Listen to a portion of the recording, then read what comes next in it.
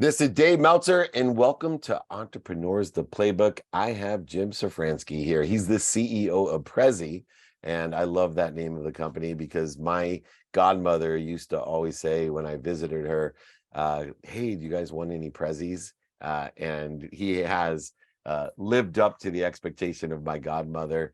Welcome to the Playbook, Jim. Thanks, David. And now the bar's been raised, so I hope I meet it. Well, it certainly has. Obviously, when people like me are content providers and content creators, there has to be chasm. There is so many opportunities to provide quality content to the frequency or neighborhood that you're addressing, and everyone from Dr. Pimple Popper to Jordan Belfort to Dave Meltzer to Gary Vee to Ed Milet, and the list goes on and on. We're providing videos and video presentations multiple times in a day, and there's tools that assist us, and your company and your tools have come to my attention. I'm always looking for the best and greatest that allow me to have the highest quality of content, and you have reached the level that even newscasters sometimes don't have with the tools that you have. Let's start with the video side of Prezi and how we got to the virtual presentation tools that you have today. Where and how did Prezi start, and to the evolution where, utilizing Zoom and Google Meet have now taken on a whole nother quality level? Yeah, so Prezi, we got started essentially around a simple idea, which is that word ideas, and that essentially people have great ideas. People are creative, and if you help them share them better, right, good things will happen. And so that's the beginning of Prezi. And we are most known for probably our presentation platform that creates very cinematic presentations. We have over 120 million users of our presentation platform, and we've had the benefits of being on all the major stages, like the TED stage, Davos, Dreamforce. And for any parents out there, normally your child's middle school, high school, and college, education, and that's what Prezi is known for. And we can spend more time there. But jumping to the video, what we noticed in 2019 was that a lot of our users were actually salespeople trying to engage customers, and they stopped flying around to do these meetings, and they were starting to do the meetings more remotely. This as you know, like this method of inside selling and inbound selling and just connecting with customers was getting more efficient. And so we started talking to our customers, and they wanted to be engaging over video. They wanted to keep the human connection and the relationship with the prospect or the customer they were talking to, and the idea of a screen share wasn't working. And so we took this cinematic 3D capability of Prezi, and we brought it into the virtual screen in 2019, and turning essentially our users into more like newscasters or even more weather people that can interact with their content.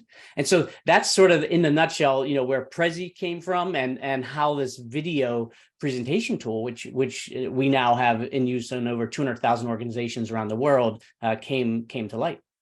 Yeah, and I think the main thing, as I've seen it evolve as well, is that on the sales side, I teach, very simplistic methodologies in order to be successful at whatever we're doing. And one of the things that's often overlooked is our ability to articulate the quantitative value to exceed what we're asking for.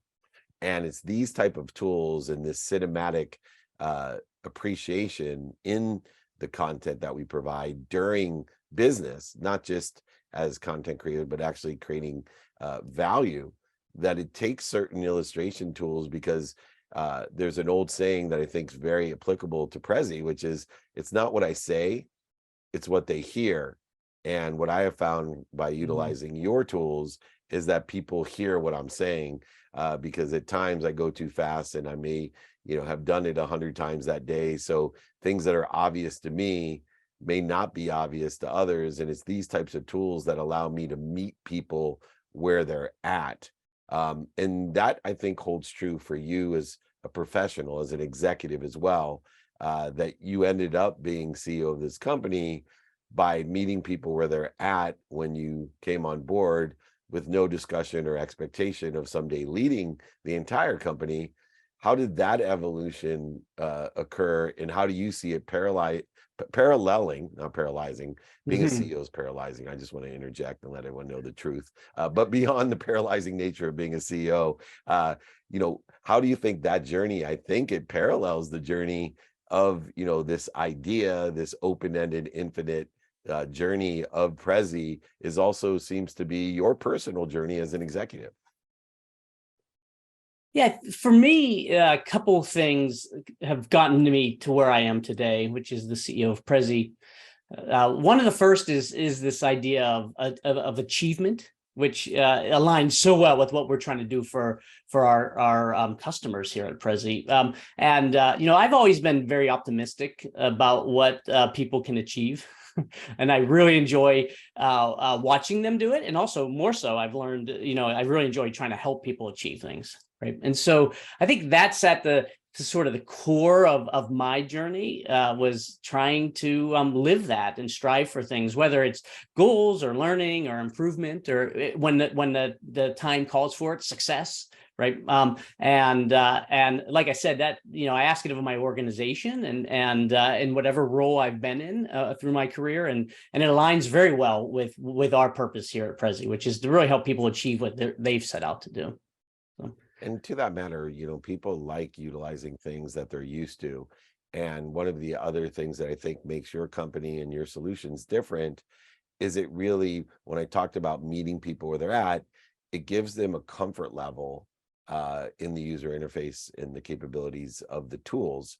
So I feel, maybe I'm wrong, it has this TV-like interaction or coordination, collaboration, engagement while I'm doing business. And so it brings a familiarity to what I'm doing, which brings a comfort level that then allows me to have an energy when I'm presenting of being at ease, instead of a lot of times, you and I both know, especially when dealing in Zoom presentations and virtual presentations, we ruin our capability because we're uncomfortable with the technology. We're not familiar with it. I think this is a huge differentiator and value that Prezi has. What are some of the things that allow that, feeling that I have, at least, of comfortability and engagement with kind of a TV-like experience?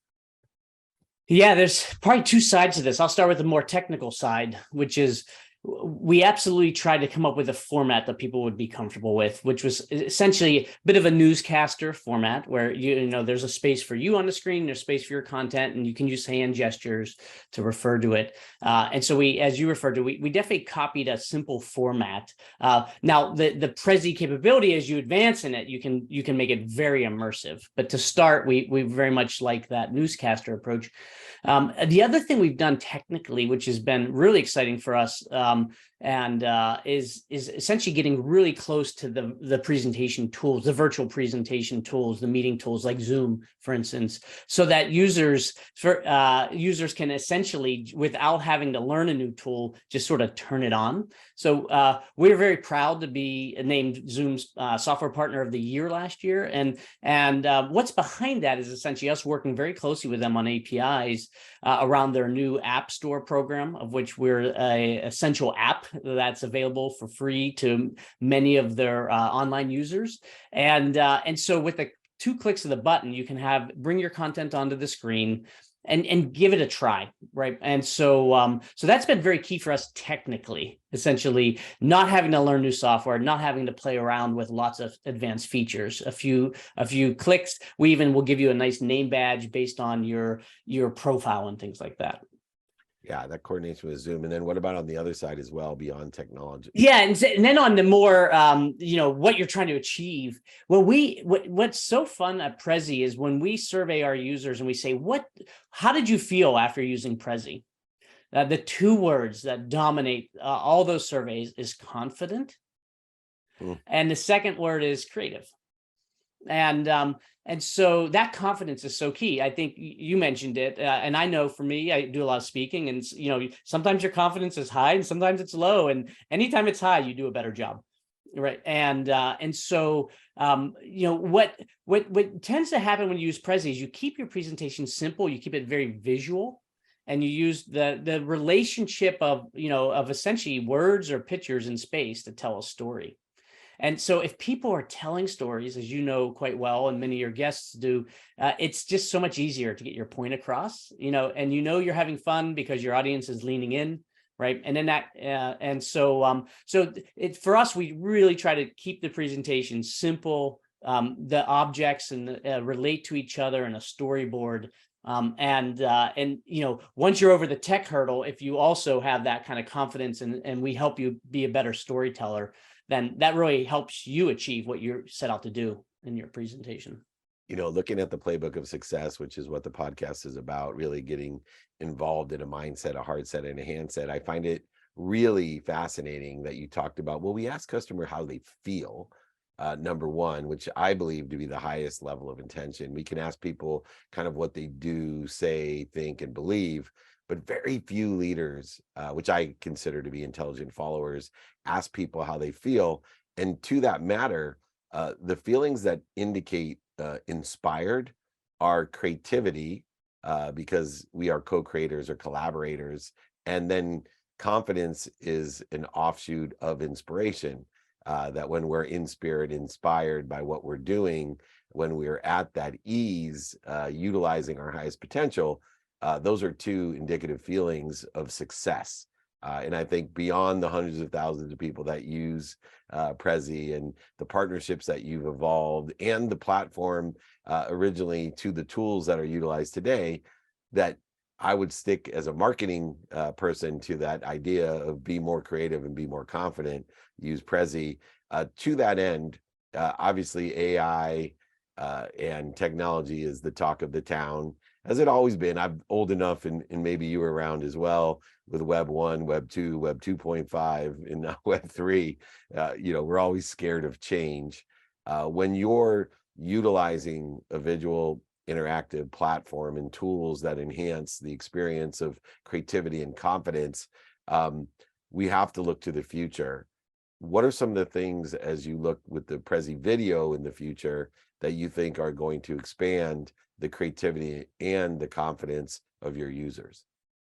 Yeah, and on the AI front, just as a matter of connecting in, I had the opportunity to work as part of in my education at MIT in the laboratory of computer science, and we were doing some really interesting AI technology then. So that was the 80s, and I ended up taking it towards That's so cool. scheduling steel mills. It's very different than where we are today with all these different tools and large learning models. But yeah, the future for Prezi, it does have room in there for AI for sure. We have so much knowledge about how to make good presentations. We have hundreds of millions, billions of presentations in our database, and you can tell which ones are engaging or not. And so we have a lot of knowledge that we'll be able to bring to help people make better presentations. I think the first place you'll see us deploying things like AI, though, is David, if you think about when you're going to go do a TED Talk, I know you've done those, like you probably sit with a confidant beforehand. You're like, hey, what questions are you going to ask? How does this look? And, sometimes that's hard to do if you just need to make a presentation for tomorrow. So we'll start in areas like that, just to be like an intelligent best friend, Very cool. to help you along your journey of creating your story in the presentation. But more so for Prezi, where we've always been about sort of experiences and understanding of the content. And so where we'll continue to take the future for us is more and more immersive experiences for users. Especially as virtual presentations become more and more the norm, and we'll just take advantage of the 3D technology that Prezi's built on. We're essentially a game engine that we can really start bringing people into the content, so that maybe the content's even interactive and engaging when afterwards. When you send it out, rather than just click through things, you can maybe explore your own ideas with the content and things like that. So we'll continue to push on the format so that your messages live on. In addition to just continuing to make it easier to tell your story. And people talk about the future of work itself, and I don't even like the word work. I think we're moving in a direction that I've been trying to inspire or teach people, which is called activity. I want people to be as active as possible. So I dislike the word work. I dislike the word busy. I love the word active. I love the word accessible, which are both things that your solution allows me to be more active and more accessible. But the future of those activities that we get paid for are changing rapidly. The aggregation of certain technologies, the compounding values that are incorporated within the aggregation that occurs, and of course, needless to say, the acceleration that you and I have experienced since you've been at MIT, or I was in Web 1 in 1992 as a beta test site, by the way, for something called Dragon Dictate, which for years and years and years never seemed to progress at all. And now in a matter of a few months, it seems to actually work, which is remarkable in itself. I'd like to finish up, though, about the global impact on the activity that we get paid for. Obviously, you're going to play an integral role globally with a bigger picture in mind, just like mine. As much as I love to help people make a lot of money, my main mission is to help people with that money, help other people and have fun or be happy. There is an epidemic of anxiety and stress and depression, and connectivity is missing. And I believe that tools like yours are assisting me in my mission. What does your global future look like in your personal and professional pursuit of bigger goals or missions that you can be a part of? Sure. Yeah. I mean, and one nice thing about Prezi is we were global before the pandemic, and we were actually founded in Hungary.